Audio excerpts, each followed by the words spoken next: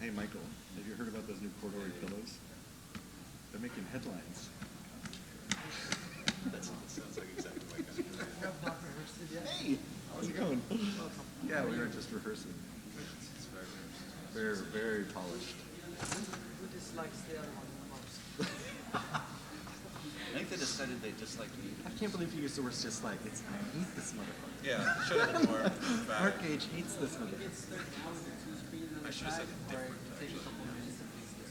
Fix in the middle, because everyone's in the middle. It seems like there's a few people still coming in. How long are we looking at? I think 5 minutes. Michael's presenting us. So you're going to present them. Yeah.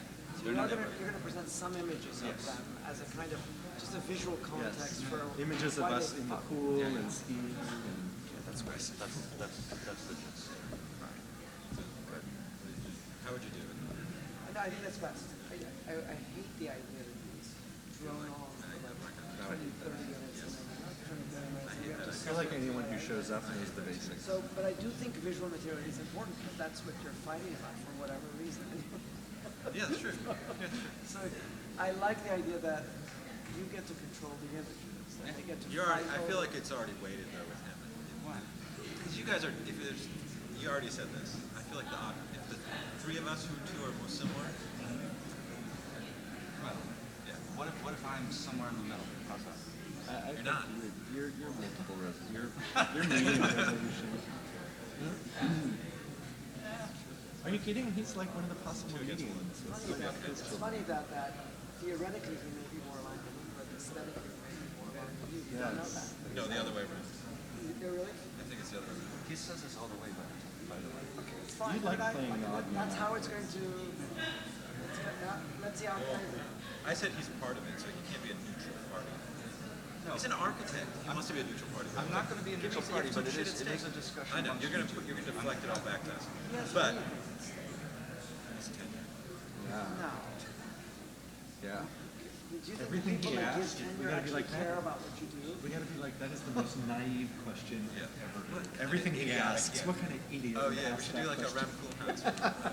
What kind of stupid What a question? moron would ask that Just like a question. bitter fuck. Yeah. He always was, but like, Naive idiot. You're talking about the moment. yeah. That moment was just incredible. Joe is down to You're gonna get there. You're gonna get there. Give the woman a break. Yeah. Give the woman a break. You're gonna be there soon. We all end up. As the Me Too movement was surging, Yeah. he was going Down. I'm surprised he hasn't gotten into We're waiting on the screen. But you really are. I thought that was the limit. I like it. That's Michael's latest project. Yeah, that's it. I have used that before. But like or whatever in a video. Well, look, I mean, I don't know if everybody can see the other two, then it's okay. Do we need to do a dimming of lights or something? Yeah, I think darker. A little romance. Yeah, it's always good. Yeah, I agree. I would either go to either extreme, super bright or. You know, Leon Kerr gave a 6-hour lecture at Yale by candlelight. Yeah, I love that shit. I would love to if I can't play it. Did you know that? I saw, the best one. Oh yeah, sure.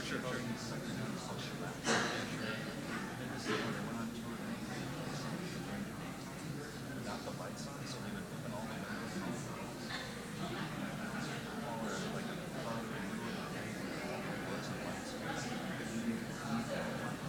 He has some great band. That's a band you can't do. It's premiere lighting, You can't do painting. really great band anymore. Is it? It's a band. Yeah, it's a bad title. I remember I had that album. Yes. That's something you gotta. But there was a lot of things. That's the title of my next That was a short-lived band. Yeah, that was the one between Big Black and Shellac. Yeah. Great man. Yeah. It was actually based on a cartoon character that was named that. Still, You can't do it. No. It was called Two Nuns and a Pack Mule or something like that, right? What was the name of the album? I can't even imagine it. Steve Albini. Then he went on to like do Nirvana. What did he do? He did like some. he produced everything. He produced Surfer Rosa. Yeah. Produced Yeah. He did production Nirvana. Nirvana's produced a lot. Yeah. Bitch Magnet? I can't remember if it was in Bitch Magnet. Like another weird. No, it's like some other, around the same time. Back in my days when I used to listen to hardcore, I don't anymore. Occasionally I can I'll go into it, but the only time I listen to it is like on a boat drive to Princeton. Because the only time I can listen to it, kids. I'm listening to this like really kind of heavy cycling folk rock. This guy Tyson. What's it called? Tyson. Bicycle. I was listening, okay, so what are you listening to recently? That's good. I like this. This is what guys do now. Like they do like Yeah. Yeah, pretty much ready. Like I like this non-linear. Have you ever heard this? These guys. That was this one. Non-linear web or something. These guys. This one here. Non-linear forecast. no, very good. Okay. Thank you for your patience. I think we're now ready to start. Okay, so I'm Michael Young. I'm an assistant professor here at the Cooper Union, and I'd like to welcome you to our event tonight, which I'm incredibly excited about. We have two of my favorite architects, two friends of mine, two colleagues of mine, two adversaries of mine, and adversaries of each other, which will make for hopefully fun, fruitful, and interesting discussion. So we're pleased to welcome Mark Gage and Michael Meredith to the Cooper Union to have a discussion. The format for what we're going to do tonight, to give as much time to discussion as possible, is they are not going to give lectures, they are not going to present their projects, they are not going to present images, I am. And I'm going to do it in the way of an introduction, so I'm not going to give you what they would say about their own work. They can tell you what they would say about their own work in their own way in relation to each other. I'm going to give you some images, some background, and some ideas and to set this up, to kind of set the stage in a way. And I'm going to do that first by relating a story. About a year ago, my partner and I, Kutan Ayada, are getting interviewed. And the interview has a format where they're asking a series of binary choices. And they're doing this to a number of different offices, and it's a good way to get a kind of apples-to-apples comparison where a gut reaction is pervade to a choice. So their choices like Mies or Korb, you got to choose one. Plan or section, you got to choose one. And they come to a question, they say, are you triple O or indifference? And this kind of freaked me out a little bit. Because first of all, it's a funny question. Like if you're indifferent to the question, then you already have a side to go to. And if you decide that you're really on one side or the other, you can't decide that you're on the indifferent side. And anyways, we'd been involved with object-oriented ontology for close to a decade now, so it was obvious the ways in which we were going to go. But I didn't even know this was a choice. I didn't know there was two teams. I didn't know there was two things that had been established. Now, if you don't know what this is referring to, I'll fill you in a little bit. This is a debate established by two articles written by Michael Meredith and Mark Gage that occurred in two consecutive issues of Log 39 and Log 40.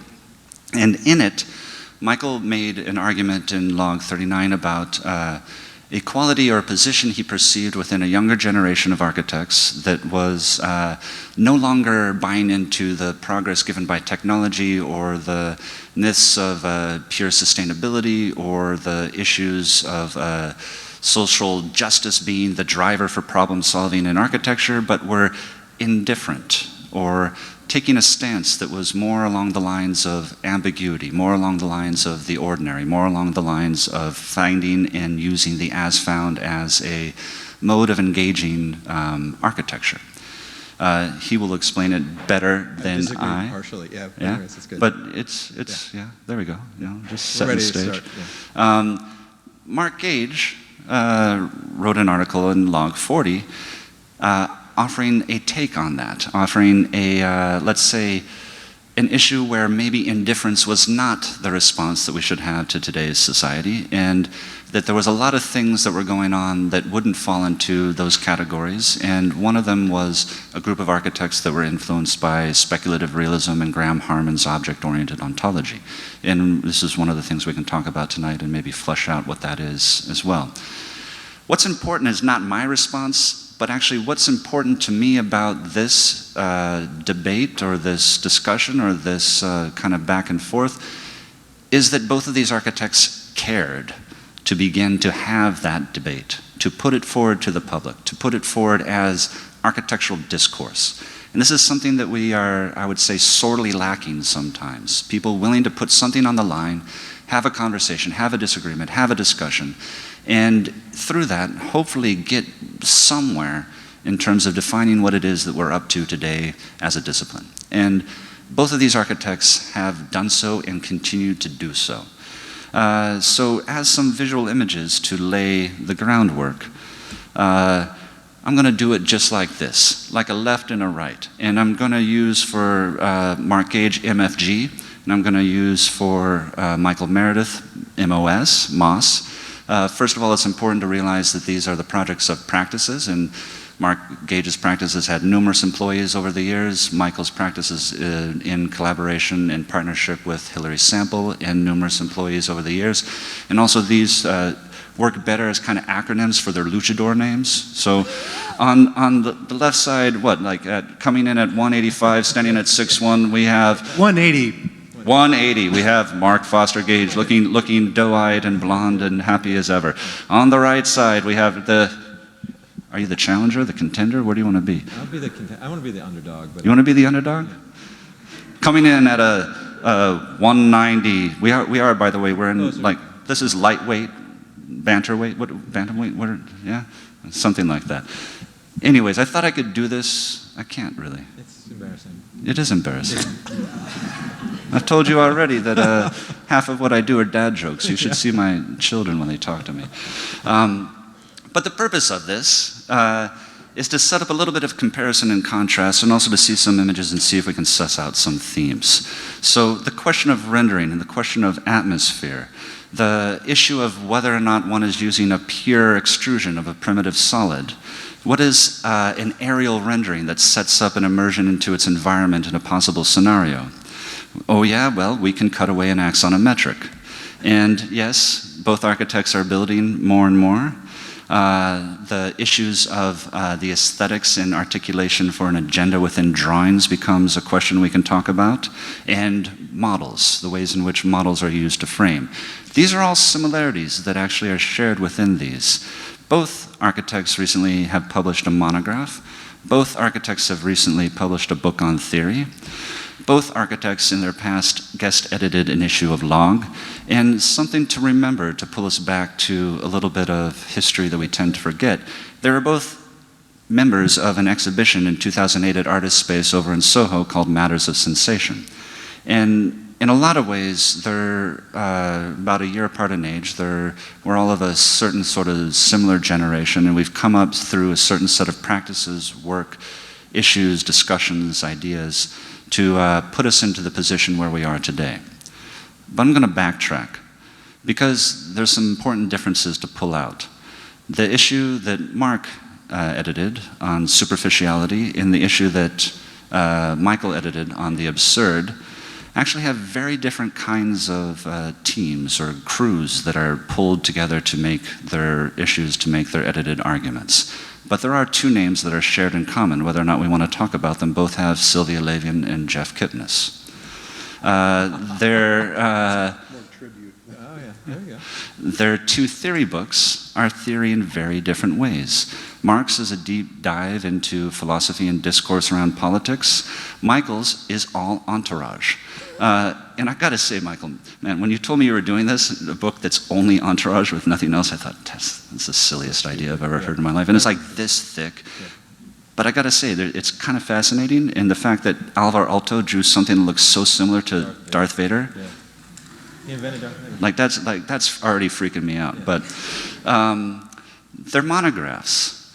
Different takes on the monographs, different takes on the ways in which images are used to present a practice, but they are both monographs, and monographs ultimately are presenting a practice to a potential client. And so one of the things I think would be interesting to talk about is the ways in which speculative or highly theoretical and academic practices are now moving into practices that are building more and more, and something that as architects we need to contend with and need to learn how to engage. They're models. I mean, think about this for a second. Not only are they tilted at exactly the same angle, nor do they also desire the aperture should be treated with gold, which is weird. But there are some important differences to suss out between the ways in which geometry is treated either as an internal whole, which is then articulated more finely within a grain of ornament or decoration, and then the kind of geometry as an awkward displacement of more primitive forms articulated more abstractly or more uniformly to sit in a different kind of tension with each other. And of course, these drawings are radically different, but they are both aesthetically charged. They are both looking at ways in which a drawing can push an agenda. And one of the ways in which we can think about the differences in their practices is a difference in the arguments of aesthetics, the ways in which we as architects use representation to make our arguments. What about symmetry, yeah? At some point we're going to have to talk about it, and symmetry in relation to composition, and both of you use it in different ways. And I think just that in and of itself is something that would be interesting to suss out. The presence of the axonometric in relation to its objectivity, the axonometric as a recursion that's happening more and more, not just because of its relationship to projects in the mid-70s or its familiarity with Monument Valley, but also as a way in which to distance itself from some of the immersive photoreal perspectival renderings that were so dominant for a long period of time. But these are very different axonometrics. And I'm as interested in the way the ground is treated between the two, entourage such as the truck or the tree. What are the ways in which a building is cut, and what are the possibilities that we see within shifting to this mode of representation in current contemporary practice? The same with the bird's eye view, because I think both of these are presenting an immersion into scenarios. What are the ways in which each of you use a scenario, construct a scenario, and build a world around representations in the work that you present?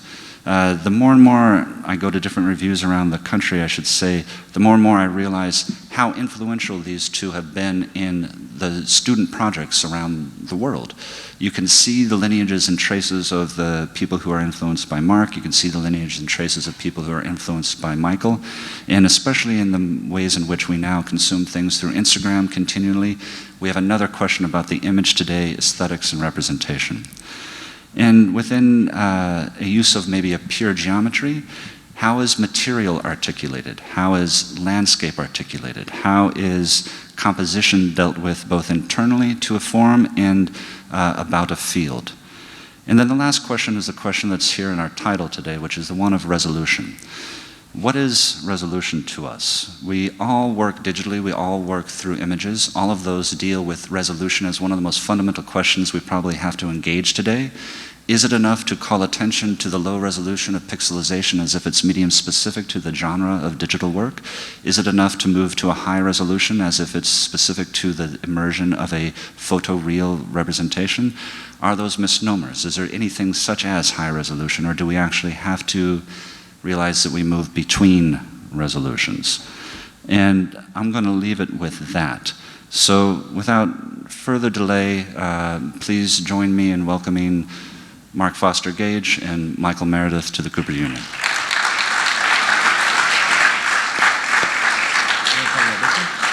Are you going to talk about the image you put in? What is that? Don't mind. Maybe I'll share a mic. So, as a way to start, no, I can explain that if you want to. Maybe I'll explain it later. But as a way of starting, let's actually start with this question of resolution, because I don't think it's actually as easily defined as we think it is. We say the word, we think we know what we're talking about, and it's something that I know you both have differing opinions about. And so is there a shared place in which we can overlap a debate, a discourse, a discussion about the issue of resolution? You just curated a show at Princeton that was called 44 Low Resolution Houses. Yeah, so yeah. I'm assuming you got something to say about resolution. And I know within the ways in which we have discussed images, representation, and the ways in which realism comes to bear, resolution is part of that issue and part of that question as well. So do one of you want to take a gander at it? I can start, I guess. But so, like for instance, the low resolution show. In a way, like indifference, I would say I feel the need, like you were talking about, to find ways to group work nowadays. Like, because in a way, in a reaction against the kind of atomization of the field, it's very basic. It's like very hard to find. It's something I can't even believe that there was like a triple O versus indifference as a thing, but it's like it's something to be able to find ways that we can kind of produce,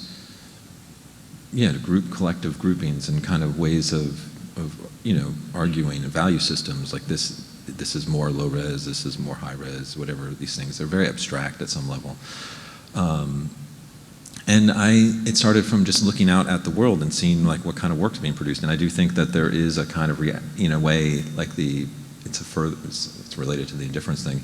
There is almost a group of work that's being produced that seems and somehow being discussed and propped up in architecture, especially at the moment, that is a reaction against a kind of progressive narrative that we were all taught to some degree.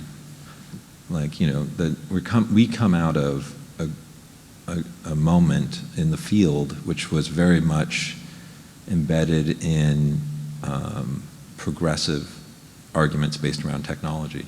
I mean, I think that to some degree it affected, used to be that we would find small differences in it. You would be arguing over who used different commands, and everybody was using what software. Everybody knew if they were doing like whatever it was, Splend Mesh 3 thing, or whatever it was, all the stuff that people knew, all the tricks and stuff that everybody had, and you were either doing certain things. Nowadays, I don't think anybody for sure cares about that stuff, and if anything, there is almost a kind of very, it's going in the other way. It's very reactionary.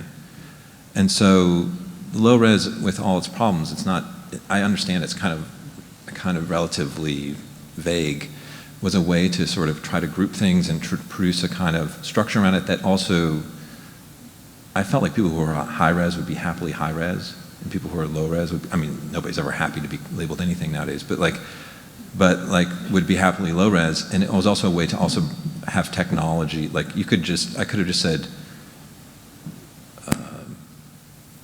basic houses or something, stupid houses. I mean, it could have been called a lot of things perhaps. And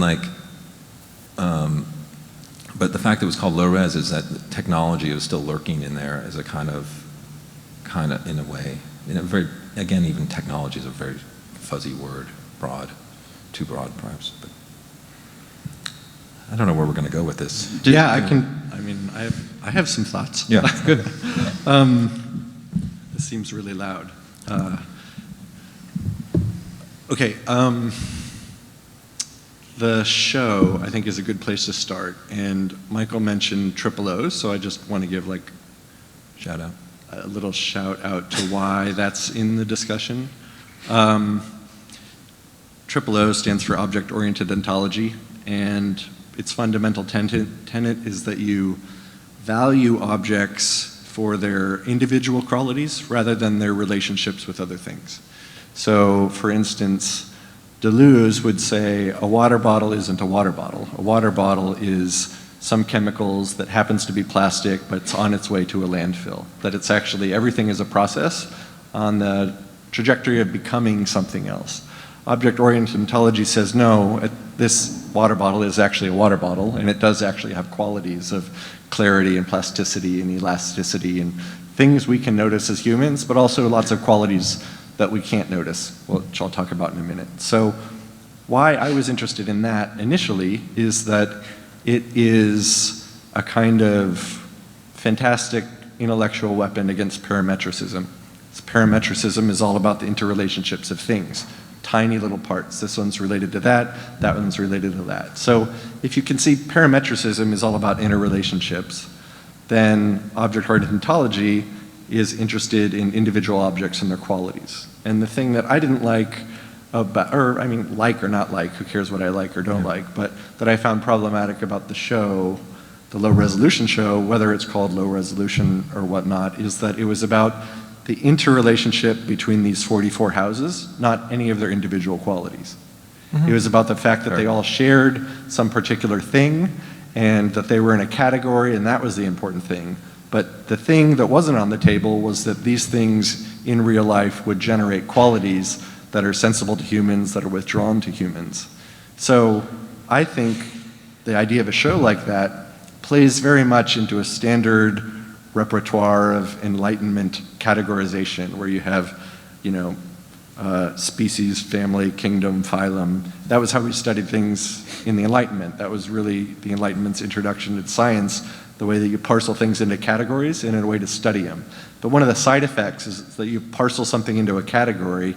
You call this a mammal. It means you think you know something about that thing and you're less likely to look at the thing itself. So by having 44 low-resolution houses all together, all shown the same way, he's making a statement about a value of a collective as opposed to the value of any individual house and its individual architectural and aesthetic qualities.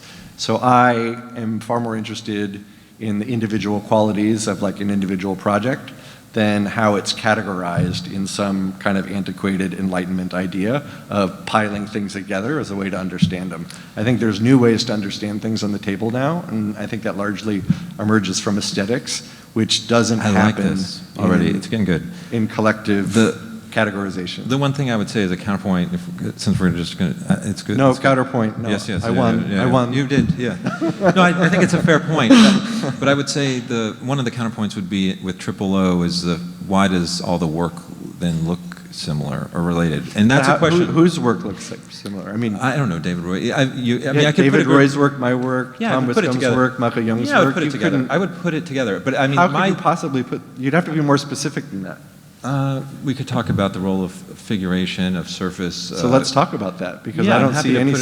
But like the reason we started looking at that work is because it wasn't a new style. It was a fundamental idea about philosophy that then drove a lot lot of formal directions. And you saying there's like a commonality between my work and Tom Wiscombe's work is like a gross overstatement. Oh, there's for sure similarities. In my mind, the problem is, I mean, that might be a difference. I am for sure looking for. I am interested in maybe an Enlightenment project. I don't think of it as like, I definitely don't want it to be empiricism or science, and I am interested in things like typology, but not for like the Rossi sort of scientific method or some way of producing new systems. But I am interested in, I think Moneo sort of on typology kind of hints at it a little bit, but doesn't go far enough. It's sort of its social collective thing. I am interested in us looking together at things as a group. I think that's the discipline of architecture to some degree. And part of that means that to look together, you have to kind of structure similarities and differences. And so, in a basic way. So as, like, for instance, I may see the work of Tom Wiscombe, I didn't expect to be talking about Tom Wiscombe, and yours with similarities, and you may not. But that tension, I think, is incredibly productive for the field. And one of the first steps you want to do in any of these shows, like curatorial projects, or even in let's say, grouping people in the indifference thing, for sure there's radical differences, I'm sure, when you look at it closely. It's like, whatever primary structure show of in the 60s, everybody would freak out and say, I'm not part of it, or I'm totally different. But you do it in order to sort of set a stage in which then you can look at differences more carefully. Triple O does that too, just the way that you get upset if I would say that they're similar. You put things together and then you start to argue about minute differences. I hope that people look closely at the houses, and I wasn't trying to make them equivalent, for sure. But you erased all of their differences. You did them all out of a white Bristol paper. No, I did not. They're same... still radically different. The materiality becomes notational, and it turns into the models operate a little bit like drawings, for sure. But there was a lot of work done by people to actually still encode materiality, even if it was done in colored lines. But maybe this is a way in which you can speak a little bit more specifically about how you're thinking about resolution, because it's, to me at least, when you and I had conversations about it, it was much more than just a relationship to digital work or Yeah. digital images or the resolutions of rasters. Oh, It had something to do with Yeah. composition, had something Yeah. to do with material construction. Yeah.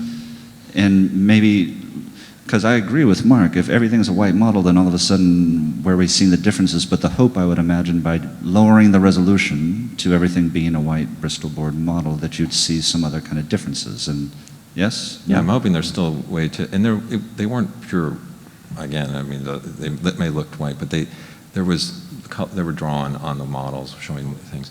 So I honestly haven't thought about it. I have to I'll have to remember what I wrote. But there was basically 3 categories for low res at the time that when we were selecting things and talking about it. One was things that had, like, let's say, low res elements or low res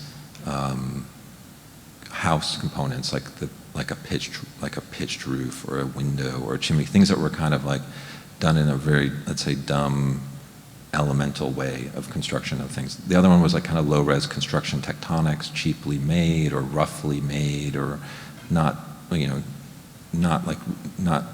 curvature or smoothed out or anything like this. It was like kind of roughly put together. And then the other one was a kind of a compositional, organizational low-res, like heavy abstraction, like a circle or a square or something in plan, like really, like, let's say, almost very little composition. Those were kind of the 3 categories that was kind of being worked at with the low res. But again, that's just more categories, and then the discourse becomes whether something's in one category or No, another. hopefully not. And that's the problem with the Enlightenment, has a very difficult time getting to qualities and aesthetics, because all academic arguments are about whether something is in this category, that category. Is this person diverse or not diverse? I guess I do subscribe to kind of, let's say, Wolff-Linian models of art history or architecture. I still believe in, like, comparison. You put things next to each other, two people, 2 images, and you look at it and you try to find similarities and differences. I mean, I don't know, I wouldn't know how to look at, I wouldn't even know what that means on its own terms when you say to look at a building. I just couldn't do it. I'm happy if you can do it. I just can't. So it's like, it's just not how my brain works. I look at everything within relation to other things. So I tend to think through. So I can offer a counterpoint to that, that I think might be interesting, because I don't tend to do that. I tend to look at things and maybe try to be more curious about them, and I get much more excited about the things that I don't know than the things that I do. So I'm sitting here in front of a microphone that you can pass off as a microphone, and you can put it in the category of microphone or machine or audio equipment, but you can also, and this would be an aspect of O, try to go deeper into its qualities and exhaust them, and realize that this stem here is made from aluminum. Aluminum is only forged in the supernova of dying stars, so this aluminum is at least over 4 billion years old. There's actually a theory that says it's not forged in supernovas, but the collapsing contractions of colliding neutron stars, which makes metal far more rare. It makes this microphone far more interesting to me to think of it in terms of the qualities it has that I can't access than the ability to just put it in the audio section of B&H and then go, watch Netflix. For sure, I'm not. I mean, I have no problem with Netflix, the act of the categorization takes things out of that ability to be read. Oh no, I totally disagree with that. No, but you call something a mammal and put it in the mammal category. I'm for sure against empiricism. Like, I'm not talking about science, and I'm for sure not. We've been through the, let's say, typology as science, and even there's plenty of people who do that. And it got even to heightened levels, let's say, in the 90s for sure, during our time, where everyone was looking for a kind of pseudoscientific or incredibly systematic reading of architecture. I'm not talking about that at all. I'm talking about a much more collective thing where we do need to find ways to talk about things. I guess. But why do they have to be the same old ways? And why do you have to have Same You old did. ways. This was originally why Yeah. I wrote in log 40 in Yeah. opposition to your piece, is because it started out by saying there's two directions in architecture. There's Yeah, that's right. technology, sustainability, social justice, all this other stuff, and there's me and my cool friends doing indifference. And you're Well, I making didn't little put myself tribes that of close. categories that you did again in low-res houses. Yeah. That this is my cool tribe, this is what's going on, I'm the leader of this, and then there's all this I other didn't stuff say I going was the on. leader for sure, but for all I was trying to do. But you did. I mean, Yeah, in the way you no, organized I mean- the show, you presented them as your own projects. House number 1, house number 2. That's what you do on your these website. things, this thing. Oh, you're talking about, Yeah, yeah. I mean, you're kind of Let's just appropriating- do one at a time, and then. But you're appropriating this group of indifference in low res as your own. Indifference, It's becoming tribal as opposed to something where we're looking at the aesthetic qualities of it. I don't know if it's tribal. No, I definitely think it's looking at the aesthetic qualities for sure. I mean, for me, it came out. But how can you look at aesthetic qualities when in the show you erased all of them? Are we talking? Okay, let me just start with indifference, then we can go to the low res thing. Like indifference as the group. I mean, it started out by just the way I approach things. I for sure don't start with, like, let's say wasn't starting with philosophy first. I'm happy to talk philosophy with you, but I didn't start with that. I was just looking at the world, looking at an aesthetic that was out there.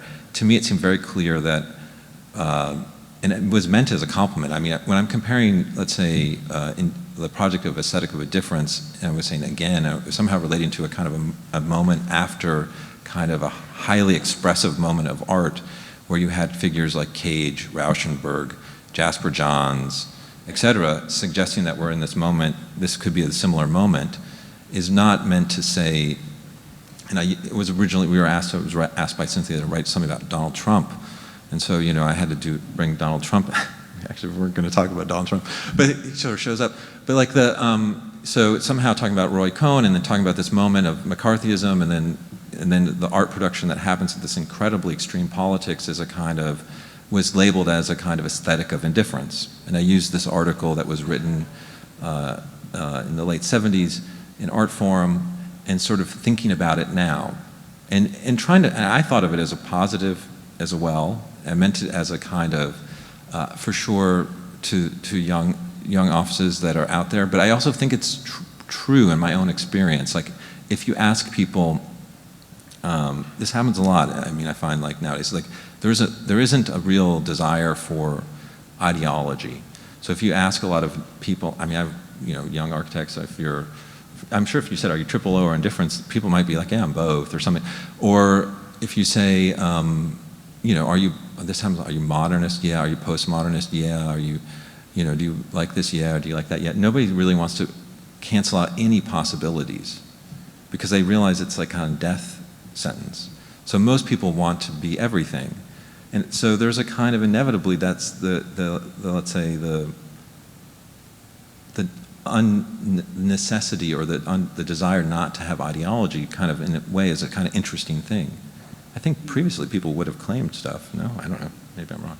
I'd like to bring up one thing from the indifference article that kind of spurs on the issue here with aesthetics, that we're starting to get in closer and closer, and I think we need to define more and more tightly. And that's that you've put realism into the category that indifference is against. That realism is somehow part of this other trajectory of problem solving within the world that the indifference group could move against. And it's also there in the low res when you said the last issue of non-composition was an issue of abstraction. And I'm wondering, because realism has quite a bit to do with the thoughts around Triple O because of the speculative realist group in which it's engaged. What the hell are we talking about when we're talking about realism, right? First and foremost. And if it is a situation in which we can define it in terms of aesthetics, can we get closer to it than just putting it on the opposite side of abstraction? Because that seems to be a little bit too simple a binary for us to operate productively within at all. And I don't know if either of you want to... Well, I mean, the way, just to clarify, there's realism in the way, let's say, the vernacular use of the term, where things appear as if they exist in the real world. The philosophical definition of realism is very different. It means that things exist in the real world, not just in relation to the human mind. So most philosophy in the last century has only allowed things to exist if they are processed and sensed through the human mind. So this is most clearly evident in Descartes' statement, "I think, therefore I am." That if I do not think and I do not go through the mind, then I do not exist. So correlationism that links the human mind with the existence of objects is the history of philosophy for 100 years. The speculative realism movement was rather radical in that it suggested that things exist outside of the mind, regardless of whether humans recognize them or not. So that was like a huge philosophical upheaval, but that aspect of realism isn't what's converted into architectural realism. Architectural realism, I think, is generally understood as showing things in a realistic context as opposed to as an abstract representation. And I think that's something that we've definitely been discussing is, and I think we maybe even share this belief that it's problematic when the representation of the architecture becomes the project of architecture as opposed to the final object of architecture. So I agree. I think you're on We my found side with something, that, yeah. but you're also been... We agree on something. You've been very helpful to the young generation that thinks the representation is the end of the architectural project. Don't you think? I hope, I mean, we might have like byproducts of everything we do, unintended consequences, I suppose, but like, I worry about that. Yeah. I do, I mean, I think in that sense we're both old school in that we believe architecture is a thing which operates best in the world, not best on the wall of a gallery.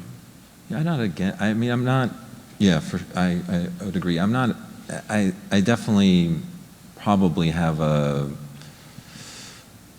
I appreciate architectural drawing and I appreciate representation, but I do worry sometimes when it becomes too much of an end in itself. I wouldn't get rid of, I couldn't imagine architecture without it. No, of course. But that it's not the end so of the much project. weighted right now, it seems like, towards it. Yeah. And I also worry a little bit, like, I'll do this with students since we're having just a little conversation here.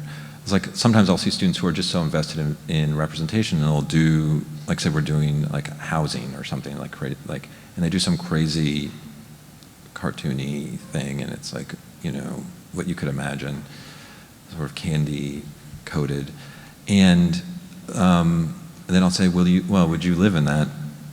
And they just all giggle or something and laugh, and they say, no way, it's just a drawing or something. And then I just think that's a pretty sad state of affairs. Mm-hmm.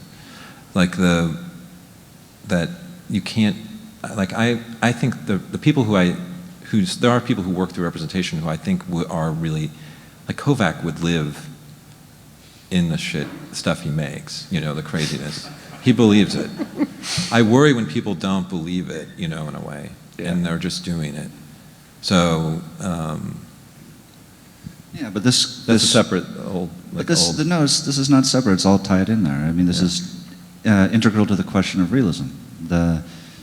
If within aesthetic movements, if we've now talked about it in its sort of everyday vernacular, if we talked about it a little bit with philosophy, realism within aesthetics has always been that tension between reality and its representation, and the things that disturb it. So people who would work within appropriation art often would be labeled within realism because of the ways in which they would shift the attention. I know we want to talk about attention too. Talk about that. Shift attention to different aspects or qualities of the world. And actually, to me, one of the second quality in your low-res group, the clunkiness of a material connection and its detailing, often I would associate with a question of realism, absolutely. of focusing and directing attention onto something that you usually overlook. Yeah, there's some realism. Yeah. Well, I would offer, there's a good story that I think Robin Evans recites, but I believe it's originally from either Serlio or Alberti, and I opened the introduction to my monograph with it, that there's a person in a room looking out a window towards a house on a hill, and the person can see the physical object of the house on the hill as architecture. The person can picture that house in their mind as architecture, or the person can draw the outline of the house on the window. And there's the debate in architecture historically has been whether architecture is the thing which happens in the mind, is the thing which happens on the window, or is the thing which happens on the hill. And really, the majority of architectural debates throughout history have just been bouncing that boundary back and forth. And as far as realism, I'm really only interested in the house on the hill. I don't really spend any time fetishizing or presenting drawings, and I don't think you do. What are you talking about? I don't think you fetishize concepts like my building is like a bird. Do you see its birdness? And the value comes from the concept of it being a bird, like you would get from a Calatrava train station or something. Yeah. But yeah, anyway, so that explains my interest in that type of photorealism, that it's placing a heavy emphasis on the architecture as the thing that exists in the world on the hill. And the drawings you're referring to, those are for the installation. Those are self-consciously like modeled to be like NASA drawings to give legitimacy to the form that was in the show. They weren't like an illustration of process, but they were part of that larger picture, which was all about the fabricated thing, which wasn't shown. So those were part of a larger dialogue, but also kind of rarity in my office to do. Not that we don't do drawings, it's just that we never present them. My monograph probably has hardly any of them because we just use them as a tool to get to that end goal. And that's just a definition of realism that's a little bit more simplistic than the philosophical one that I offered, but that's kind of an operative principle in our office. How do you think, I mean this, because I was thinking about this, the triple O thing a little bit, and how you were talking about the microphone and the dying stars, is like how should we, one, look at architecture and how should we teach it, I think is a question. Because for me, right now, to go to the attention distraction, this is the thing I've been thinking about recently. We were talking about this Joshua Cohen book on attention and thinking about, and then for me, this is what I've been working on recently, thinking about attention, the book, then you get into William James, and then thinking of sort of starting the kind of psychology and attention as a subject matter, and then also pragmatism. We're looking at the Pragmatist Conference in MoMA, which everyone I talked to says it was a complete failure, but it seems so smart and brilliant to me now. Like looking back at it, I think it needs to be re-looked at more carefully, and starting to think about like how should we be looking? There is a real need to be looking at architecture and how to pay attention to it. That's not the distracted model we currently have, which is incredibly, emoji based. I mean, I don't want to turn it all into like some lament, because at some level there's other possibilities potentially with it too, but it's like the solution to distraction, or one of the things about distraction for Cohen, at least he's a writer, he said, is reading. Reading is a kind of way around or to subvert distraction. But with reading, there's a kind of loss of the world. And for me, I'm not interested in like returning to a kind of close reading model, but there has to be other models of reading. And so that we can do together. So that's something I'm like, how do we look at work together? How do we discuss work? I definitely am not interested. I think camps are inevitable, and I think differences are inevitable, but we do need to be doing more things like where we look at buildings together and we argue, how do you see them? Because I'm always curious, how do you actually see this work? And for me to do it, I need to still rely on things like probably horribly Enlightenment tactics, I suppose, of like typology, or finding differences, like similarities and differences, grouping things together. I need that to be able to look at things a little bit. I couldn't imagine looking at every building on its own and trying to think about a dying star. It just would be overwhelming, I suppose. Okay, so let's take this question of attention and distraction, because I'm fascinated with it as well, and I think it's where a lot of our work goes. And I think this is the other thing that maybe we can talk about too, because it leads into pedagogy and teaching. I didn't say this in the introduction. By the way, they didn't want me to read their CVs, so We just did what we did. Because his was so much cooler than mine in the poster. Michael teaches at Princeton, Mark teaches at Yale. They're both tenured professors. They've been doing this for a long time and have thought quite a bit about it. And to me, it links us back into the question of aesthetics and representation, because I'm also not going to let you off the hook too easily with you're only interested in the building out there on the hill, because the ways in which you manipulate representations to shift attention and distraction is done incredibly sophisticatedly. It's all by accident. No. And the same with the things like the things that you do, like just even those two drawings. We wanted to speak about those two drawings. I'm going to use the word dumb, but it's not dumb in the dumb way. It's dumb in the dumbing down way.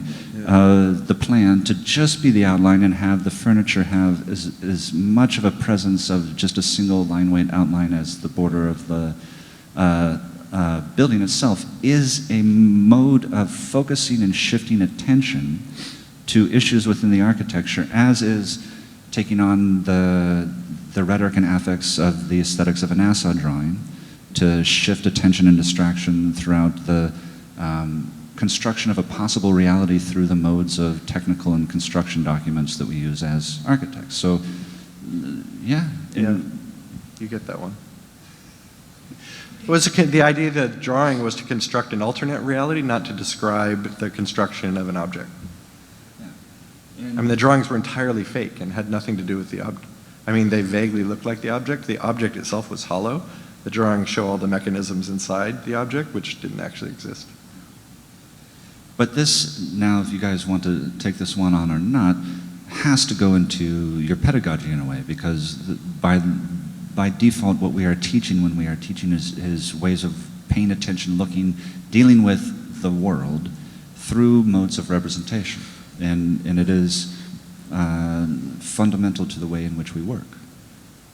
Well, I mean, one of the things that has to do with the resolution that I guess we didn't mention that I think is related to that question is this idea of exhaustibility, that there are things which are easily exhaustible, in which case you understand them quickly and they kind of, you don't think about it twice. So you eat a Twinkie, you're hardly like savoring the complexity of flavors and thinking about the Twinkie and appreciating its sustainable roots. And then there's, you know, something complex, something very complex that it takes you more time to wrap your head around, or something you don't quite understand, or something that generates curiosity, wonder, maybe a touch of awe.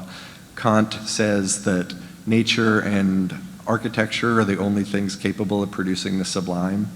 He gives the example of thunder showers and architectural facades of Gothic cathedrals. And I think there's an incredible power in that architecture has the ability to not be easily exhausted.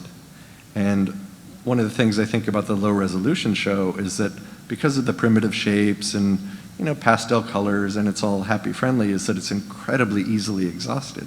And my work, I was trained as a classicist, and generally in classicism you have 3 or 4 scales of operation, from mass to, like cornice lines which divide a building into thirds, pilasters and columns which divide it into tripartite divisions, and then details, large details and small details like goutte. So maybe like 5 range of scales. And in our office, we're generally working with like 10 or 20. And the purpose of that isn't to do high resolution for the sake of high resolution or to show that digital technology is so cool it can do all these shapes.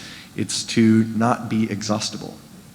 It's to entice and invite a level of curiosity that doesn't allow architecture to be so quickly consumed and dismissed.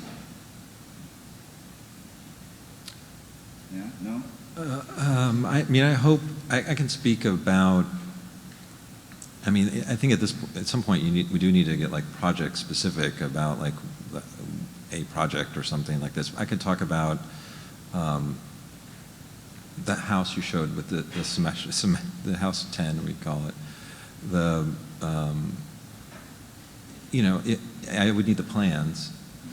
But for me, I hope it operates like what you're saying as well. I don't think it's, for sure the desire is not to, is for those who are interested, I guess, to pay attention to it. There's a lot of things going on with, let's say, very, in a way, probably also Enlightenment things. I guess I'm, in a way, super old-fashioned. It's like games of symmetry and asymmetry, games of like rotation. I mean, like very, there's like the idea that you kind of have like, the house that's split at the entrance. In a way, there's some Venturi-ish things. There's a kind of localized symmetry. You move off on an oblique, you come in.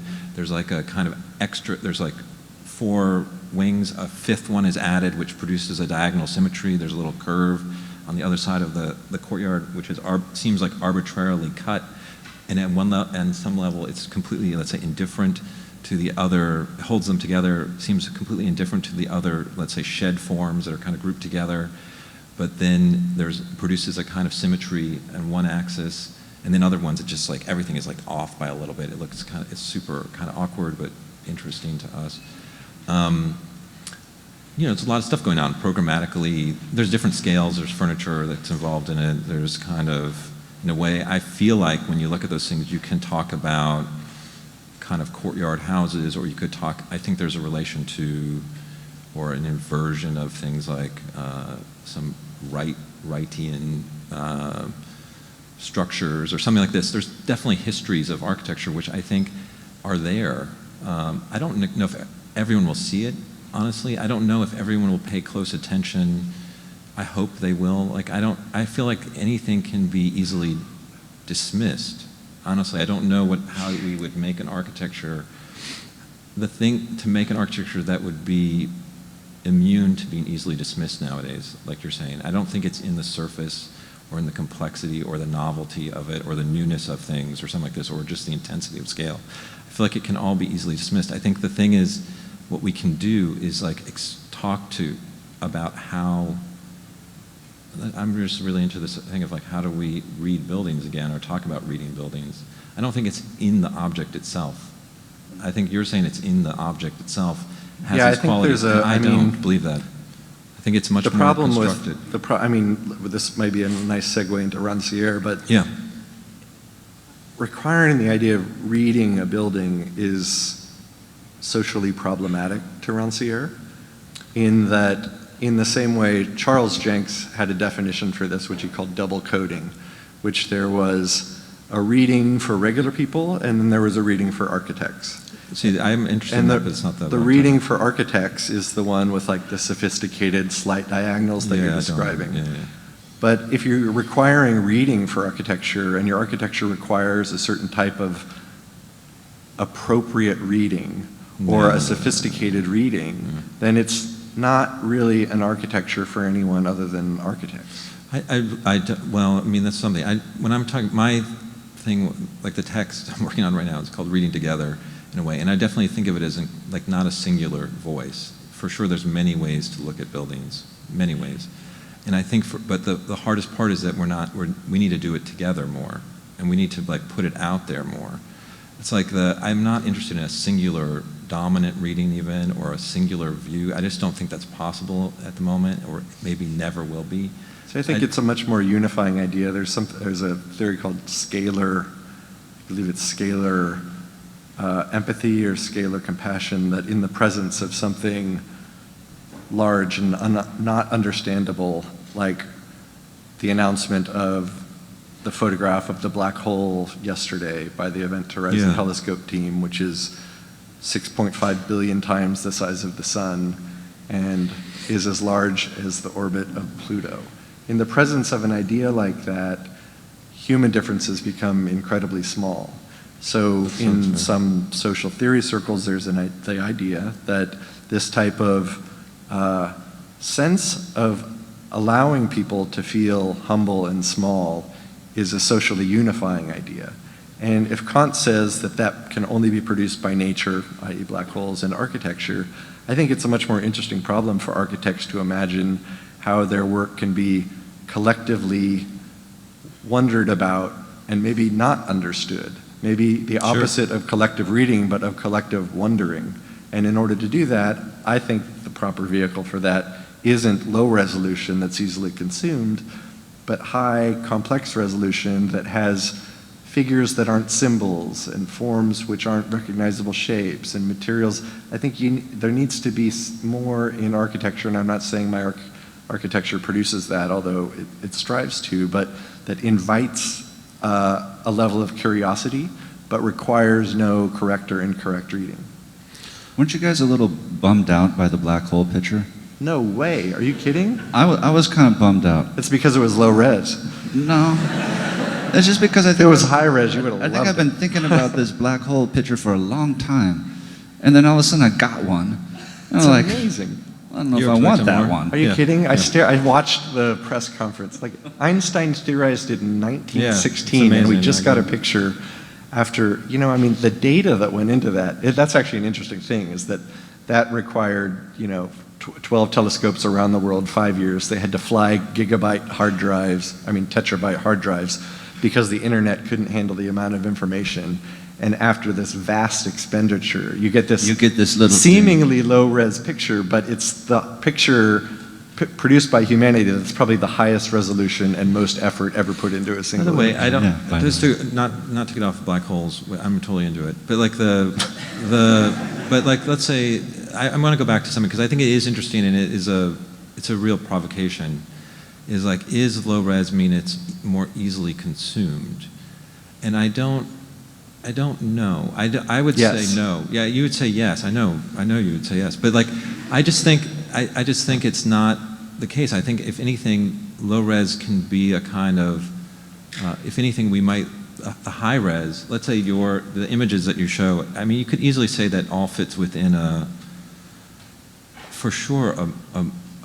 This is not one of your images, but like, let's say a culture of consumption, luxury goods.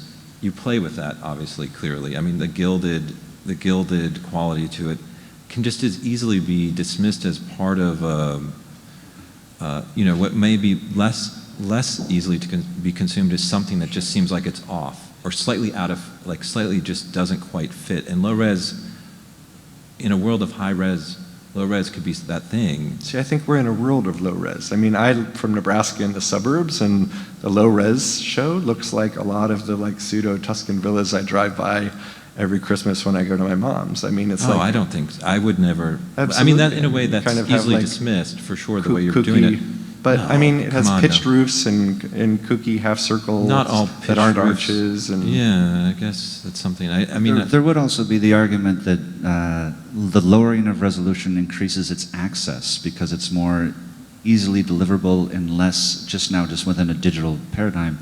It takes up less memory. It takes up less byte sizes.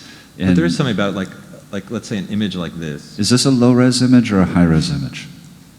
low res. again, to categories. Is that Does it low-res matter? or high? What do you think? What resolution is Why it? does the category matter? I don't know. Is it low-res or high-res? What aesthetic effects does it generate? Low res.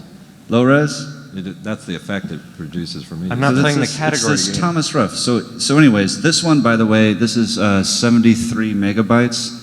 This is a little bit under 1 megabyte. Pretty massive difference, right? Not on this projector. Zoom in. That's the low res, that's the high res.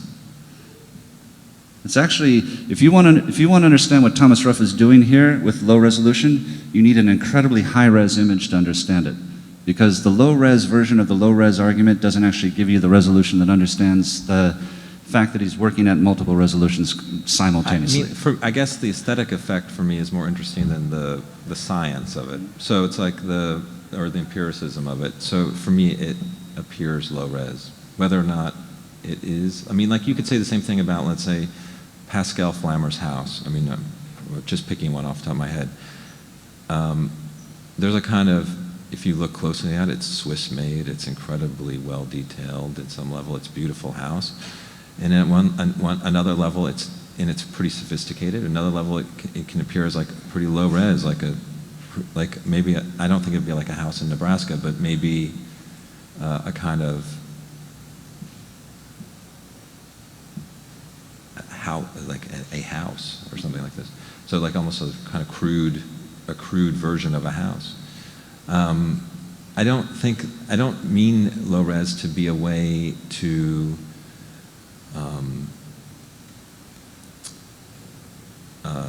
produce more distraction or something like this, if we're going to put in those terms. Quite the opposite. So I feel like you know, listen, we can. No, but my point is actually much simpler than that. Yeah. It's that at one level to make the categories, again, puts us into this either or thing, which is not necessarily productive. Oh, it's super productive. But to make something just, let's say you're working low res because it's reactionary to a quote unquote slick photorealistic or even slick architecture. I don't know if that's productive. I don't know if the reactionary stance of lowering the resolution is productive. To me, this is productive because it's actually making you question the issue of resolution. So this is an incredibly high resolution image to make you question resolution itself. And that to me is an aesthetic that leads towards the politics that Well, Rancière see, when I see that would image, deal I with. see like, what about the fucking gorgeous iceberg? All we're talking about is the stupid resolution. And it's this incredible photograph of this thing, probably 10% in that is shown. What's the shape of the rest of it look like? Where is it? Did it break off from somewhere? Does it have climate consequences? Like, there's so many things to know about this iceberg than plopping it in a high resolution or low resolution category. And that's the aspect of qualities that we never get to with discourse because we're so concerned with categorization. That's my point about that. But having seen the low resolution, high resolution thing, it makes me realize that, you know, one of the aspects of low resolution, talking about, there was a concept in Greek antiquity called paramicronic beauty, which meant that something, in order for it to be beautiful, couldn't be perfect. It had to be off by a little, or no one would notice it. And I think that's what you're talking about, is that low resolution may have the possibility to generate a kind of offness by a little, which generates its own form of curiosity, or its own question that something's not quite right with that, or something about that deserves a second look. And I think that would be a great direction for low res, as opposed to how I'm reading it, which is kind of Twinkie-like, kind of like super easily consumed. Ooh, that was fun. That's really easy to see. I like circles. Circles are pretty. That's a circle. And when granted, I didn't see the exhibition. All I always saw was the book and what was published in Log. And to me, it was just like, oh, look at these quirky little cute fun houses. Like, I'm going to go get a sandwich. I mean, also, I mean, you know, you're an architect producing your own work. You're going to have reaction to certain things. I hope that it doesn't. For me, the difference, let's put it in into Netflix terms. I was trying to think. It's like the, you know, there's like the work is more like The Office, like the TV show, in a certain sense of being off. And I feel like the other work that you both deal with is much more sci-fi. It's much more Star Wars. I mean, I'll say Star Wars or Star Trek or something. I do lo-fi sci-fi. It's a different aesthetic. I mean, again, maybe aesthetic categories don't help, but it's like they're for sure different aesthetic categories, and they have different enthusiasm and engender different things, and they for sure have different. They could be against, even in a certain sense, different aesthetic institutions. See, I don't think. I mean, I was thinking of that Black Mirror episode called Nosedive, where you swipe your conversations with people and you like, there's a woman with the red hair, and it's like, but that whole world is like your world. It's like pastels, low resolution things. I think that's as sci-fi as contemporary sci-fi gets, that particular episode. I mean, I think so I think your idea of like sci-fi is like, you know, things don't need to look like spaceships in order to be science fiction. For sure. But I mean, yes, that's true. All right, so we've obviously solved it all. Should we take questions or anything? Or Yeah. So we have as much time as we want to for questions, and we have a couple microphones. I know there's one there. There's usually one over here. I don't know if it is over here. No, I don't see it. But if you have a question, please. I think these guys would be happy to talk to it. I got a question. We can't promise any resolution of the Yes. answers, but we'll try. Dad joke. Bad joke, yeah. So I'm trying to understand your position, Mark. Yeah, so are we. No, go ahead. Because at the beginning you distinguished triple O from Deleuze, and you explained Deleuze as... And just one aspect of it, the One aspect of aspect. qualities versus processes of material. Okay, but you took a water bottle and you said Deleuze would say, well, this would eventually end up as or is related to this other thing, another thing. And then when you gave your several examples of triple O, kind of a triple O lens, you talked about a microphone that had aluminum in it that came from the stars, which is also relational. Ecological. And then also when you apply your critique of Michael Meredith, you also categorize them as candy or that kind of architecture or low resolution. So I was wondering if how do you apply triple O in your critique and In my critique or in my work? in your how do you apply it in your speech? Yeah, If I can't I think of distinguish- philosophy is the following way. I think generally philosophy has been hugely abused by architects in that they try to illustrate philosophy through design. For me, philosophy is just kind of like a background radiation that informs how I'm thinking, which informs how I'm acting. There's never a project which is intended to illustrate an aspect of triple O, because I think that's just, I mean, Graham Harman himself would call that paraphrasing, when you're taking something from one discipline and trying to make something clearer from another discipline. It almost never works. So it's really just a kind of way of thinking that disempowers certain emphasis, like parametricism in relationships, in favor of aesthetic qualities and individual, let's say, not necessarily like individual objects like iconic buildings, but individually recognized things. So I think the projects that Michael was referring to from, back in the day when we were, I was as guilty of it as anyone, doing smooth surfaces, trying to be more virtuous than Zaha, that everything is smooth together and there's an emphasis to undifferentiate everything. I'm just more interested in differentiating things now, and that comes out in different ways in different projects. But there's no direct one-to-one relationship. I don't think you can say, like, this project explains or exhibits triple O qualities better than this project, because triple O has like 500 ideas within the discourse. It just reminded me of something about, in the Pragmatist Conference, Richard Rorty on Peter Eisman, super incredibly brilliant response talking about Derrida. And, he takes it apart about architects. And in the end, for him, he talks about how essentially philosophy is sort of a conversational model at some level that he's in. He's sort of talking with everybody. There isn't really, that in the end, I feel like that is kind of what I'm hoping for architecture at the moment. And to do that, he even is clear that there is a kind of relational structure, and you try to figure out how to, what does he say about architecture at the end also? He says you try to, there's no really theory of novelty within it in a way, and you just worry about, he can't, you need it, but you just can't have too much of it so that there's no shared conversation anymore, and that's just figured out it's like ex ambulato or something, like in the process of it, as you're just working through it together. I find that to be kind of I've always loved that text and that response in a way, and I feel like that is, I always do worry a little bit about how philosophy, because we went through this a little bit in a way, it's been an institutional model for sure, we went through all the, we went through all the figures in a way. And I'm as guilty, I'm also was in there with Rancière, et cetera. I'm also as guilty of it to some degree.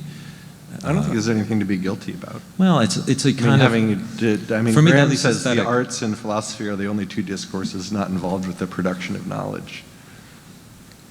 Yeah, I do worry about it when it's used as justification to some degree. But in any case, But it's not, I mean, how have I it used is triple O as justification? well. I mean, it's inherently. I know inherently it becomes justifying for sure. You may not. It may, like I said, I'm not somehow keeping myself outside of that. I'm as suspect of it as anybody. So anyways. There was something in your response to Mauricio's question mark that I wanted to ask both of you about. And one of it is that there is a positioning and a categorization from you, Michael, that somehow you're pointing at us, so maybe we're smooth and not we're smooth. Well, and not, I definitely put you two. not, You know not, how I said it. not rough I'm like enough, or that the low resolution works against the smoothness. And Mark, you just said that you're working at now a more discrete or less smooth or less refined architecture. So maybe we are lowering our resolution, we just haven't lowered it fast enough or far enough yet. And so that somehow if we lower it enough, we'll finally get to truly low resolution. I'll start going high res then. Yeah, you start going high res. I'm always a Which, by the way, you actually do a pretty high res version of low res. And I've been using I a think lot you're of closer cubes to this. lately, so maybe You we're have been closer. using I a lot love of that. cubes. I loved your Instagram thing with your nephew or whatever. I took that. I like that. I took that as a. I liked it. And there Thought it was was oh, we got another question. Yeah. Hi. So in your new book, you mention how if you ask... Whose new book? Mine? Yeah, I assume it's you. Designing Social Which one? Equality. Oh, yeah. So you mention how if you ask... You're the other guy who bought it. Amazing. It's actually from Fisher. I didn't actually buy it, but they bought it first. So, no, if you ask a priest and a rabbi and someone else what they know, or if they try to define what God is, right, there would be a lot more bickering and disagreement in a way, rather than if they ask what they don't know, right? What they wonder. What they wonder about, and there would be a much more productive conversation. And then I was thinking, well, what happens, I mean, what kinds of questions would they ask, right? What do they wonder about, and could they even communicate in that sense? And if we look at the reference you made, or the point about the mind versus the window plane versus the building, do you think that as architects, in the manipulation of what happens on the plane, right, is the way in which we can kind of tailor the readings that people have as a wider audience, the same way that, let's say, a priest and a rabbi, right, preach to larger crowds of people? Yeah, I mean, I'm not saying architecture should only take place in the house on the hill. I'm saying that's where my primary interest is, but there's people throughout history that have really placed a huge emphasis on architecture in the different kind of scenarios I laid out, and certainly, you know, drawing is a way to communicate between concept and reality, and all of those things I think are integral to the discourse of architecture, and I don't think you can just have an architecture without the concepts or without the drawings and only with the things, because the things would be uninformed. You need the ability to draw, to communicate, and think out ideas that you can't think out in 3 dimensions, which Aristotle calls cognitive mental rotation.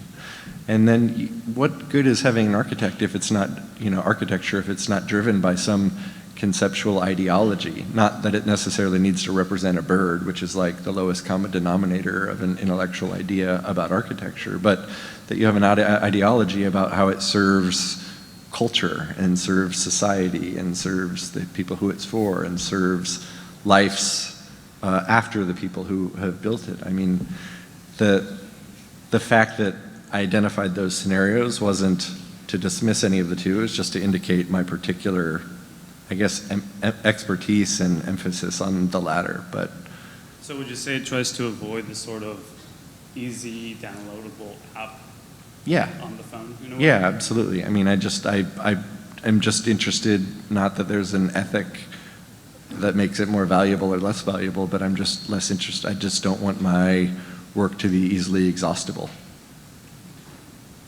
You know? And I don't, you know, maybe sometimes that happens and most of the time it doesn't, but that's just a kind of aspiration I have. And one of the things we do in our office is, and one of the things I fear about architecture moving forward that we try to avoid, is that it's just a discipline of picking products. that you're just doing a 3D model in BIM and dragging and dropping your Pella windows and your standing seam roof, and that it's just like you're playing into the kind of capitalist system of just product placement and product picking, and we're not actually designing anything. So we try to use as few like off-the-shelf products in our work as possible, and try to make materials do things that maybe they don't want to do or haven't normally done, in order to, again, stop from that easy digestibility. Because you drive by any house that uses whatever standing seam roof, stucco, Pella windows, and a chandelier from Home Depot, it's just like so easily digestible as to be unnoticeable. And I mean, this is kind of like, sorry, final comment, but I don't believe like all architecture needs to do what I'm doing. I don't think all cities need to be all Mark Gage buildings. I think architecture, like God, right? I think architecture is, translated historically as architecton, which means master builder. It's not just tecton. Like what we're doing here is like what this institution, Cooper, was originally named the Cooper Union for the advancement of the arts and science. So architecture is about the advancement of the discourse. It's not just about like regular building to house people. So I think we have the luxury and responsibility to think beyond just the terms of functionability, products, and therefore exhaustibility. I don't have a problem with the product thing. I'm just trying to think about that, because for sure I would say we're in the latter.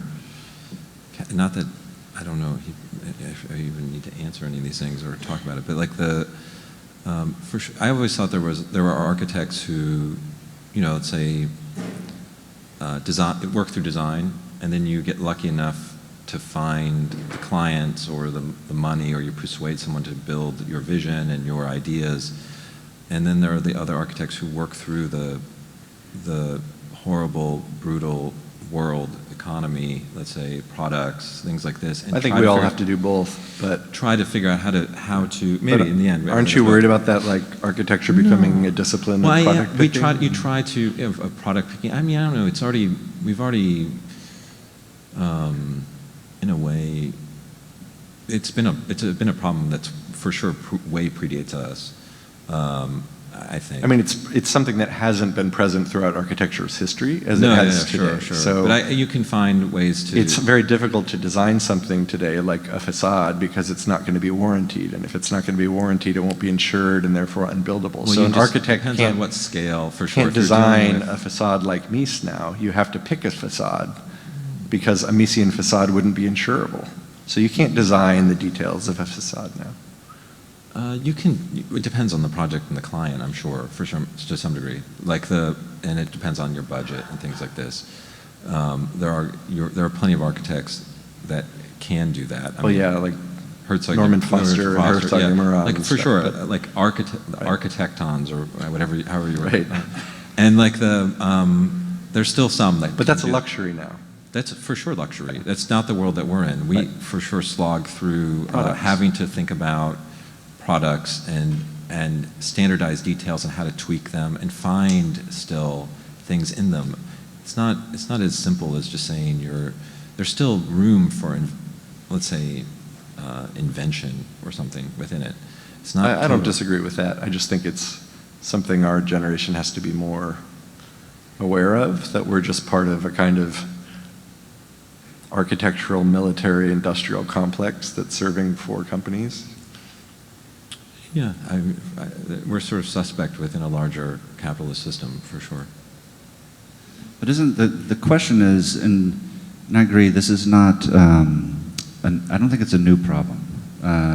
BIM just accelerates the issue. Yeah.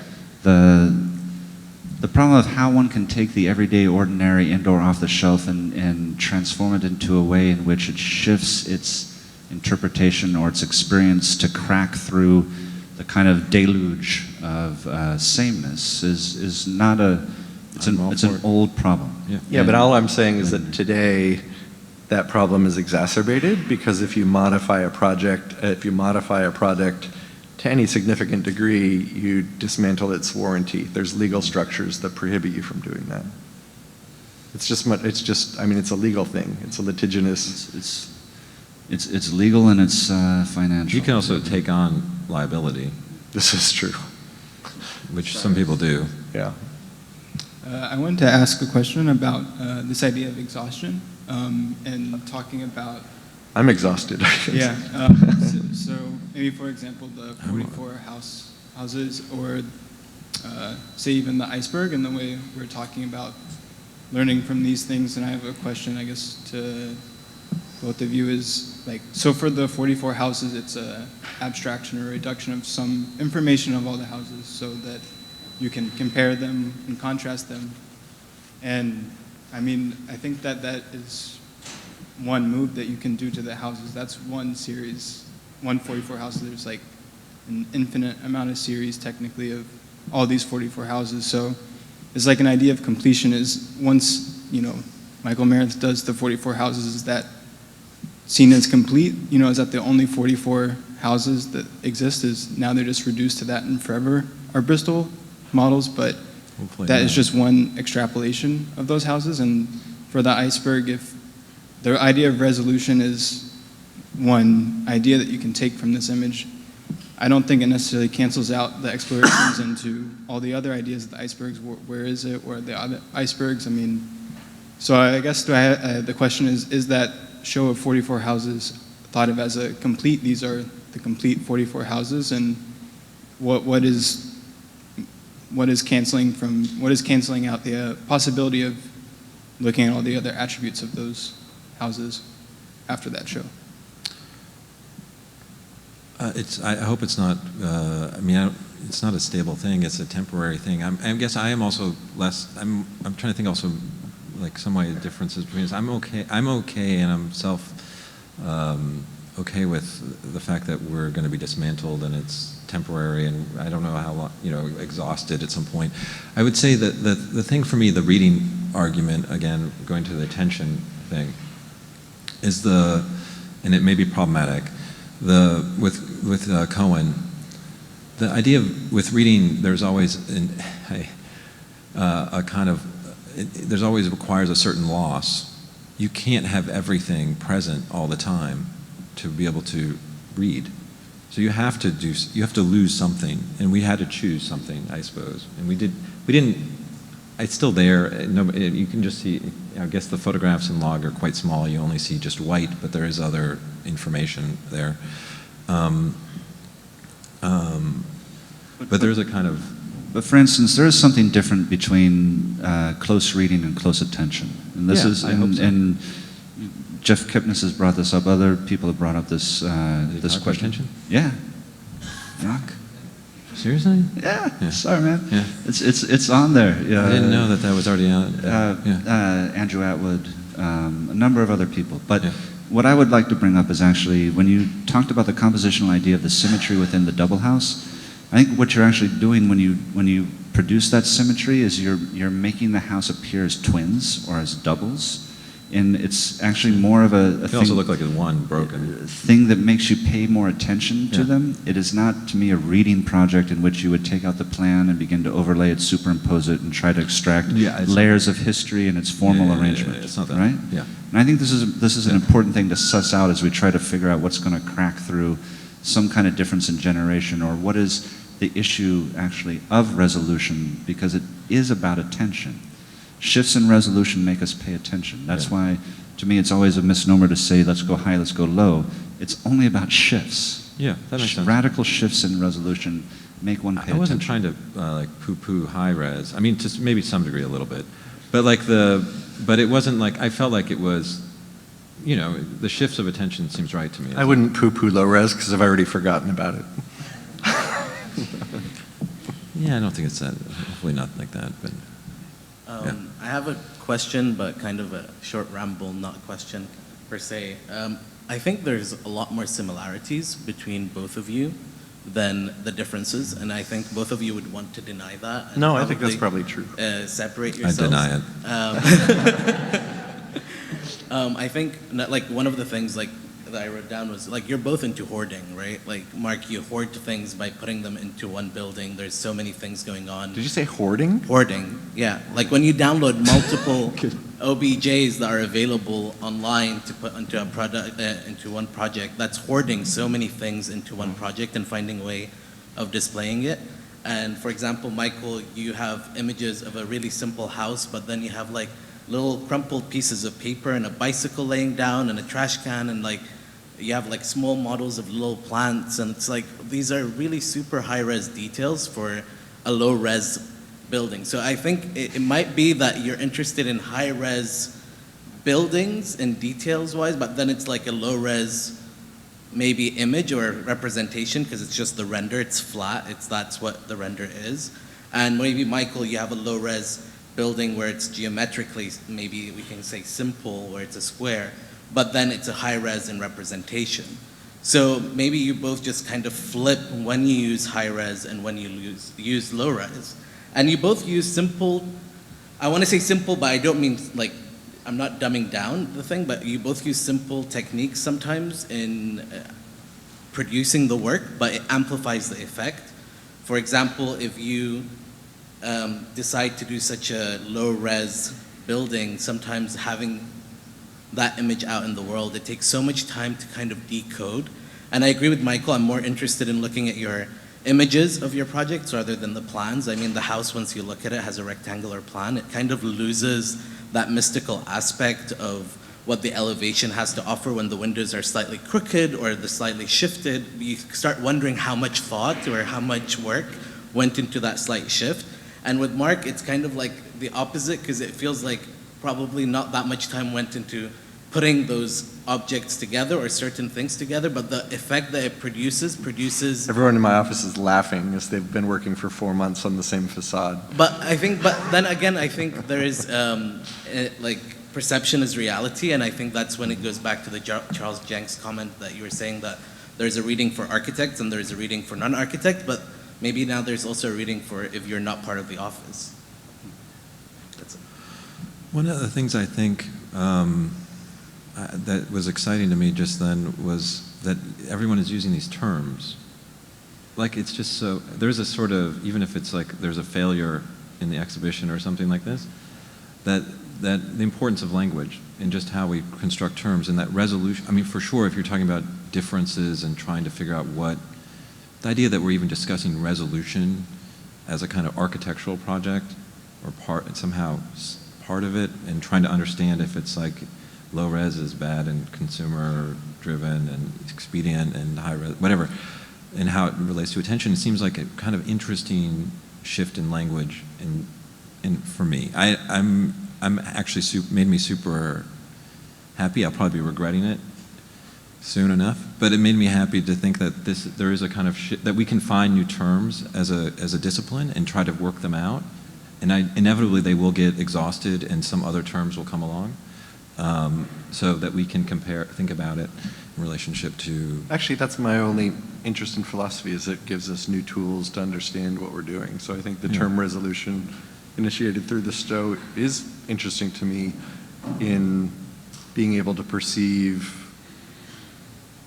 my work with, Proust says that the true new journeys in life come from not visiting new destinations, but in having new eyes. I think if resolution is like a kind of lens, new way of seeing projects, then it just opens up new possibilities for discourse, which I think is the only way I use philosophy in the first place. So, I welcome it to the table. Did not answer you. Are we going to let these guys leave happy? Or is there another question to kind of throw at them? We can't leave it with agreement. Come on. Yeah. I have don't a think that's the question. way it's going to end. Before it was mentioned that architecture and nature can create sublime. So I have a question sort of regarding this. So like, for example, like one of my professors said that it's sort of like you have to be in the storm to paint the storm. I would sort of imagine it also like, for example, also maybe with like ornamentation, where it's like you fast for like days with prayer, and then you like have near-death experiences, hallucinate, see fractals. Now you have a mosque with all these crazy ornamentations, and you get this like undeniable feeling from it. But I want to ask, like, if we even need this sublime in architecture, at least in this like society. for thinking, you know, like this orange-based society, if we're saying like spiral dynamics or something that's like success-based, functionality-based, do we need sublime? Should we even like strive for it? Or do we just need like a moderately aesthetic, conventional building that works? Well, I mean, one could make the argument that most of the history of architecture was done in the service of capturing the sublime, because most architecture was religious. From the temples of Greek antiquity to Gothic cathedrals to Renaissance cathedrals, most of the money spent on architecture throughout human history has been done so in the service of capturing an idea larger than we can comprehend, which in those cases was religious.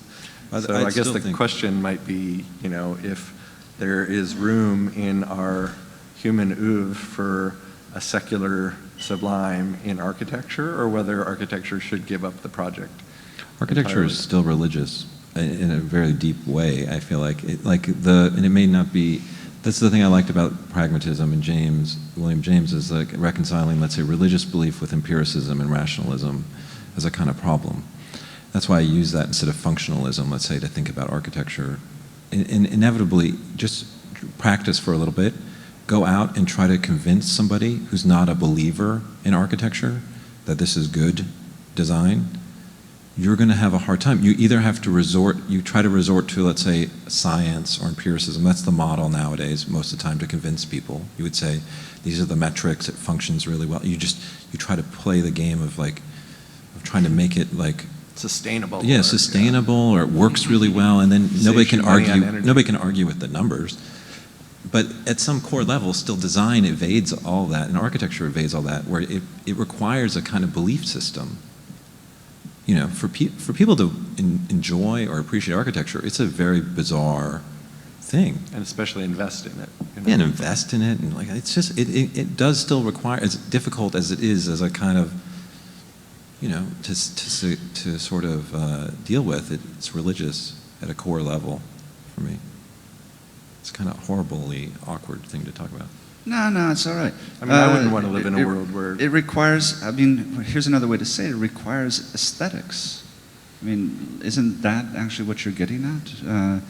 The aesthetic argument of what architecture puts into the world is the thing that allows it to create another alternate possible reality that could then get somebody to go for it, and can establish belief, and can establish... the shifts in the ways in which we understand the world and how it could appear and how we can exist and behave in it, right? And ultimately, I think your guys' debate is a debate that's an aesthetic debate. And the odd thing is that means that to some people that this is a light or trivial conversation. To me, and I think to both of you, that's not. That's the death match happens on the plane of aesthetics for architecture, because it is where we have our political agency, right? We're held.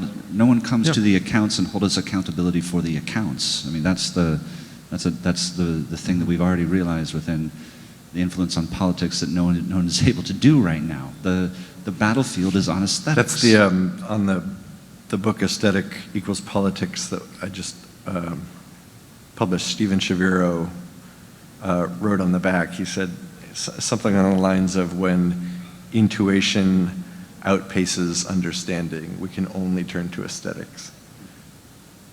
And I thought that was like, that's nice. That makes a lot of sense to me, you know, for some reason. And why Graham Harman calls aesthetics the first philosophy, which is a kind of riff on Aristotle, but Timothy Morton says it's the, you know, discourse of causality, where all political action takes place. That I think people are looking at aesthetics as a discipline that was really largely ignored for essentially, especially by architects, but is actually probably a better location for discussions on politics and equality than most other contemporary discourses. Actually, I want to ask a follow-up question about the sublime. Can architectural sublime only be achieved through working at 12 scales and complexity and I have no idea. resolution? I mean, I was just quoting Kant's view. Can it also be achieved through simplicity and low resolution? Perhaps. I don't know. I'm just telling you what works for me.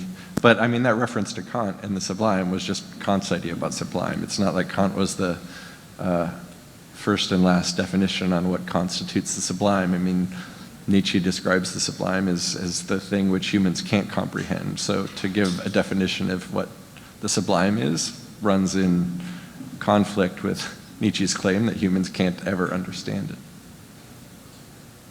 A follow-up question is Michael's work overly digestible and overly legible, or do you give him... We didn't really look at the work. Yeah. We didn't really look at the work. Yeah. Yeah. That's why I'm trying to Yeah. get back into it. Yeah. No, I mean, I think Michael, I mean, I can see, the article I wrote against his indifference article was basically making the case that he was using the term indifference as a kind of like cool, nonchalant attitude, but in fact, him and the people mentioned work really, really hard at it. So I use the example of bedhead. Yeah. Like you can get up in the morning and you have bedhead, and bedhead really looks like shit, but if you want to wake up and look really hot, like you don't care about your hair, it takes a lot of work and gel to make it look like you just got up but don't care about your hair. And I called Michael like that kind of bedhead. He works really, really hard to look like he's indifferent. And I appreciate his work because I can tell he works so hard on it. And there is nuances of axes and things. So I know he has the kind of what Jesse Reiser calls the aw shucks. Like, aw shucks, I really didn't design it. I just threw a pile of stuff together. You can't criticize me, but he designed the shit out of it. He's just pretending to be indifferent because he doesn't want to be criticized. I don't mean it as like there's still like, for me the indifference is an aesthetic indifference, not a personal indifference or an apathy or something like this. It's aesthetic indifference in the sense of working across categories. In a way, it's sort of it's a sort of political project in some regards. It's sort of perhaps anarchist at some level. It's like trying to think against kind of received categories of aesthetics and kind of mixing things up or playing with them. I mean, for me, that was the kind of... But this is the thing, to make something that has the aesthetic affect of the non-compositional, you have to understand the hell out of composition. You have to compose the shit out of it. Yeah, and it's not like, yeah, I totally agree. You know, you have to, I mean, to some degree, you could also, I don't know if that's totally true, but to read it, like you could, I'm always struck by plans that look like I like the Jesse's thing, the aw shuck. Didn't design anything, looks so stupid and dumb. But then you look at them a little bit closer and you realize there's a lot of sophistication in them. For sure, there's plenty of architects historically. It's not a recent thing. No. It's like you can't like understand like Louis Kahn plans. Let's say they're like you couldn't even teach that stuff. It's so stupid looking at some level. But you look closer, and they're phenomenal and amazing, and they're playing all sorts of little games and like the problems of like, you know, how to deal with scale or how to like not having a front or playing like, you know, little, like you look at how, you know, even things like the localized symmetries and playing games where things like start to produce, let's say, almost bodily figures and plan on certain things. Like there's so many little games that are being played out. But you could look at one level, it just looks like a square and a circle and, you know, kind of dropped into place. So the questions for me is like how to claim that attention. And I think that actually part of what Mark's arguing against is not that those things don't exist and have a sophistication and a provocation, but to make a claim for them in a influential pedagogical article that you should just play around and not know what you're doing is dangerous. I didn't say that though. I know, but this is part of what you're saying. Yeah? You did kind of say that. No, I didn't. I have to get the thing out, but I was thinking of it purely through looking at... We have to turn the table over pretty soon. Yeah, let's do it, man. Let's do the fight. But like, I don't remember when that thing was written on as the reality. I'm already on to something else. But like for me, it was just like looking at the work and trying to make sense of it. And it is a problem of trying to find groups and trying to produce kind of collective discourse. I mean, in some ways. And I don't think anybody would disagree with doing that. And I think you actually do identify traits and trends of some highly sophisticated architects that are working within some similar shared manners that the words you've used have qualitatively defined. And again, I'm not trying to put words into your article either, Mark, so tell me when I'm off. But to me, I think half of what you were talking about is the potential implication that this indifference argument could be interpreted as you don't have to learn how to really do this. You don't have to spend a huge amount of time. You should kind of just play around, do what you think has a kind of nonchalant feeling, and then call it a day and get on with it. Right? I mean, there could be a potential. You're talking about the de-skilling of the field in some level. That's a long problem. We could talk about that one too. Like the Charlie Parker problem. Yeah. I don't know if you know that. Yeah. Anyways, but are there more questions? Yeah. Hi. Hi. Do you guys think that today's architecture was viewed as like a low-res picture in a high-res form, or a low-res pic in a low-res form? It's an amazing question. Michael, that's for you. Yep. Yeah. That's you. Yes. Yeah, that's hard. I don't know how to answer that. I both. I Again, mean, that's a category. Are you asking? I'm indifferent to it. Yeah, there you go. I don't want to make light of your question, but I think that we could probably spend all night finding examples of both of those situations. I think the goal isn't to be able to say this is high-res architecture, this is low-res architecture. I think the goal is to be able to use the term resolution to better understand the architecture that we're all engaged in. I think ultimately where the categories land is less important than the term as a tool. And part of what matters too is what are you calling the world? Is it the world as imaged to us through our devices? Is it the world as experienced through our senses in walking through the planet? Is it the world that we, right? I think it's good though. I think it's okay to use the term to politicize the field in a way. Like it can be used as a political tool to some degree, a tool that will produce differences and produce people on the high-res side or a low-res side or something like this. I think that would be as difficult, and as much as people would hate it, it could be very useful. But I don't know. I think that's very problematic. Yeah. I think the world leads less binary division. And well, I don't think it would be like one, discourse. it's like a sliding scale. You would find ways to find vagaries within it, and you would do it. But it's still inevitably, like any sort of, let's say, value judgment or value system will produce politics. And any aesthetic system produces politics. I think that's not I don't know. In a world where everything can be everything and people will choose. I think it'll break down if it becomes a label, because a label produces tribes, and then it's no longer a tool. It's just a divisionary categorizing tactic. I think that for sure would be something to fight against, but it still would, it doesn't mean it can't, it's not like, I don't think these are extremes we're talking about. I think there's some middle ground that can be. But already, several of the questions have been, is this high res or is this low res? It's all about is it in this category or is this category, instead of using the tool to understand a particular I think if everything building becomes or everything, though, it could be, it's the beginning, maybe, hopefully. I do agree if it's stuck with a very simplistic kind of club, it's not necessarily going to be great. But at some level, there is a need at the moment to find something other than everything is all the same. Sure. So it's like slicing pizza. Thanks. Hi. Is there architecture which resists resolution, or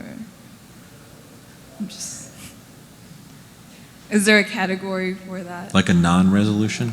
Like no resolution? A non-binding resolution? Cool. That would be cool. Huh. Yeah. I don't know. I haven't thought about it, but there's your thesis project. No resolution. No resolution. No resolution. What do you think? What would that be?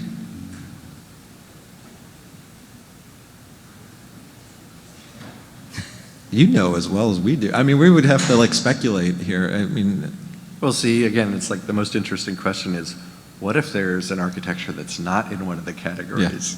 Yeah, of course. But then again, that's where we would all want to go with it. But what your question is good because I'm going to think about it, but I'm already rephrasing it in my mind. And I don't think it goes to no resolution. That again, to me, sparks reactionary kind of thoughts. It's like the response to New Wave is No Wave, and No Wave was way more interesting than New Wave, but No Wave lasted 18 months. So I don't know if No Wave was more interesting than New Wave. Oh, No Wave? Are you talking about? No Wave is so much more interesting than New Wave. We can talk about it. But New Wave what I would be interested in is what are the ways in which you could develop an aesthetics that would resist categorization of resolution, and what would be a way in which that architecture would operate in between and produce something that would resist a binary or resist being reduced and or labeled and or qualified too easily. That's what I would think about first. Thank you. Yeah, this might be, how is everybody doing? Last one. Last question maybe? Yeah? Okay. So, Michael, you did pretty bizarre video, I think. Which one? University of Me? Pennsylvania. Yeah. You, this Michael. Yeah. Called Notes on Someone Beginning the Profession of Architecture, and it kind of seemed like a critique on sort of the exhausting architectural jargon kind of being unproductive. Maybe I'm now part of the problem. Yeah. But then when you were kind of accused of making easily digestible architecture, your sort of defense was to say, well, there's more going on here. There's some Venturi, the axes play, and things like that. And I was wondering, kind of, what's the issue with some of the more easily digestible stuff? Is there Do you have a problem with it? Productive, or do we always have to? You know, I never believed in, this will come down to certain things, like, you know, let's say when, it used to be a critique in schools, I don't really see it much anymore, where you someone put something up and someone would say, that's a one-liner. Do people say that much anymore? It used to be a critique in schools I would hear, like someone would do something really simple, and I say, that's just a one-liner. I always thought that was a failure on the critic, frankly, not the student, to say that. Yeah, it's kind of a cliche. Just like turning someone's model upside down and saying it's better. Sometimes it is better. But like so it's complicated. Yeah, I didn't really tie that to the neck brace video thing, but for sure, inherently in the aesthetic project, there's always, let's say, institutional critique as part of it. I mean, I think that's always kind of part of the politics. And I think we are all, the thing which is interesting is that we don't really, what the institution of architecture is very amorphous at some level. It's a kind of, I think we construct things differently. I may think of certain things of, let's say, certain like it may not be the same for you, like the parametric. I thought it was interesting that he was saying was a kind of institutional position that needs to be dismantled. For you, you wouldn't care. You're too young. For me, I feel the same way in different ways. So each of us hold almost different ideas of what the institution of architecture is and what we're critiquing within it. So when I see even, let's say, if I see like the narratives of formalism played out from Eisman to Greg Lynn up to you guys' work, I put you two into it together. Through that, You're saying you're not a formalist? I'm a hardcore formalist. I'm for sure a formalist. I'm 100% a formalist.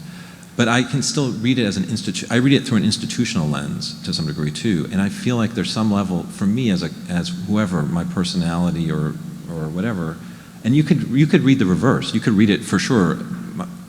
I'm sure you could have the same reading of me and my work. I find it something that you have to kind of dismantle or something like this, and that's what's interesting about architecture. That's why I was pushing more for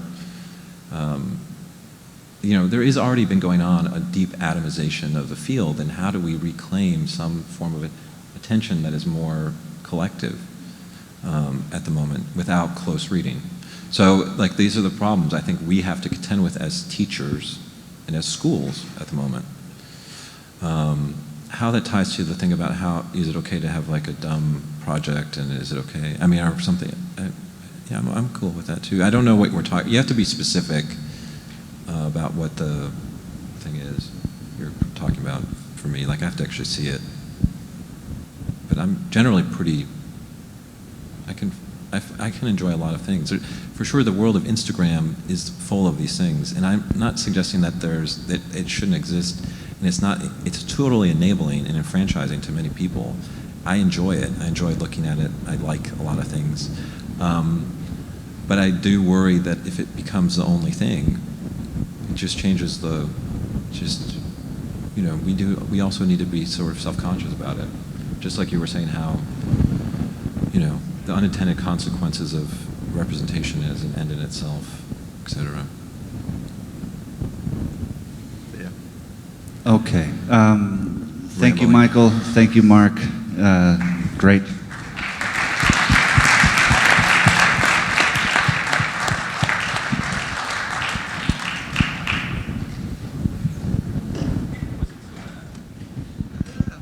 I enjoyed it. It was good. It'll be funny, like I always do these things, but then you read the transcript. Nice introduction. Yeah, then you read the transcript. And you're like, did I say that? I didn't mean that, or did he say that? But Cynthia has given us editorial rights. So we can do that. I'm not sure. But yeah, I thought that was good. I thought there was some good productive stuff.